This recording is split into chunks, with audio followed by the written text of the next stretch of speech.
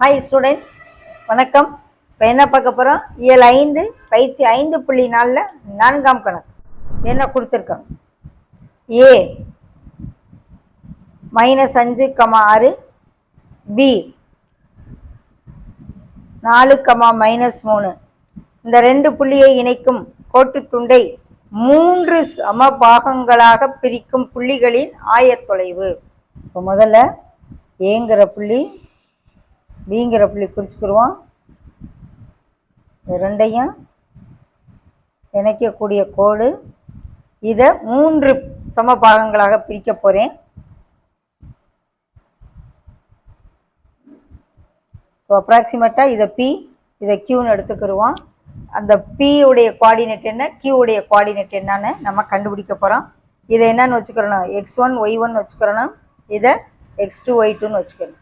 So 3 பாகம் 1 2 3 பாகமாக பிரிச்சிருக்கோம். Okay, அப்போ முதல்ல இந்த பிங்கிற புள்ளியினுடைய ஆயத்தொலைவுக்கு ஒரு ஃபார்முலா இருக்குது. என்ன ஃபார்முலா?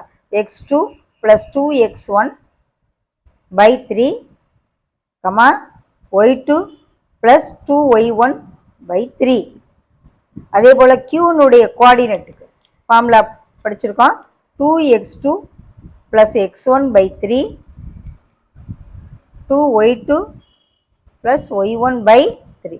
இந்த ஃபார்முலாவில் இந்த x1 x2 போட்டோம்னா ஆன்சர் வந்துடும். ஓகே, சப்ஸ்டியூட் பண்ணுவோமா?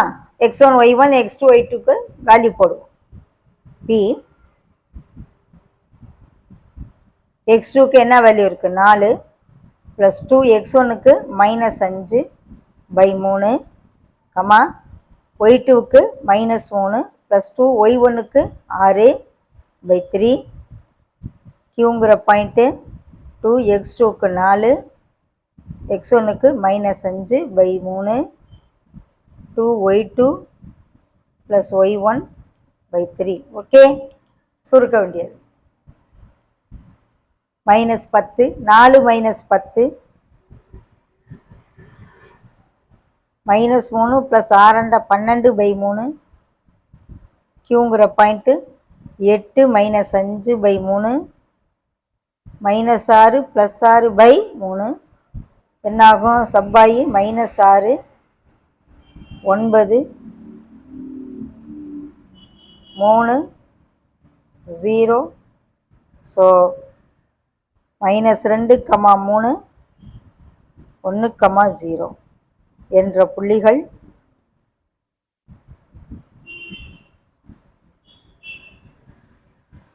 ஏபியை இணைக்கும் கோட்டை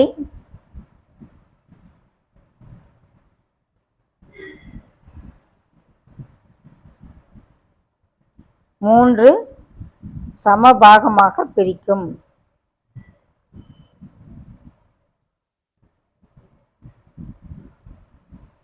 அதான் கேட்குறாங்க. அந்த ரெண்டு புள்ளிகளை ஏபிங்கிற 2 புள்ளிகளை இணைக்கும் கோட்டை 3 பங்காக பிரிக்கக்கூடிய புள்ளிகள்னா நம்ம பிக்யூன்னு அதை எடுத்து இதான் ஃபார்முலா மனப்பாடம் பண்ணி வச்சுட்டு அதில் அப்படியே சப்ஸ்டியூட் பண்ணும். ஓகே.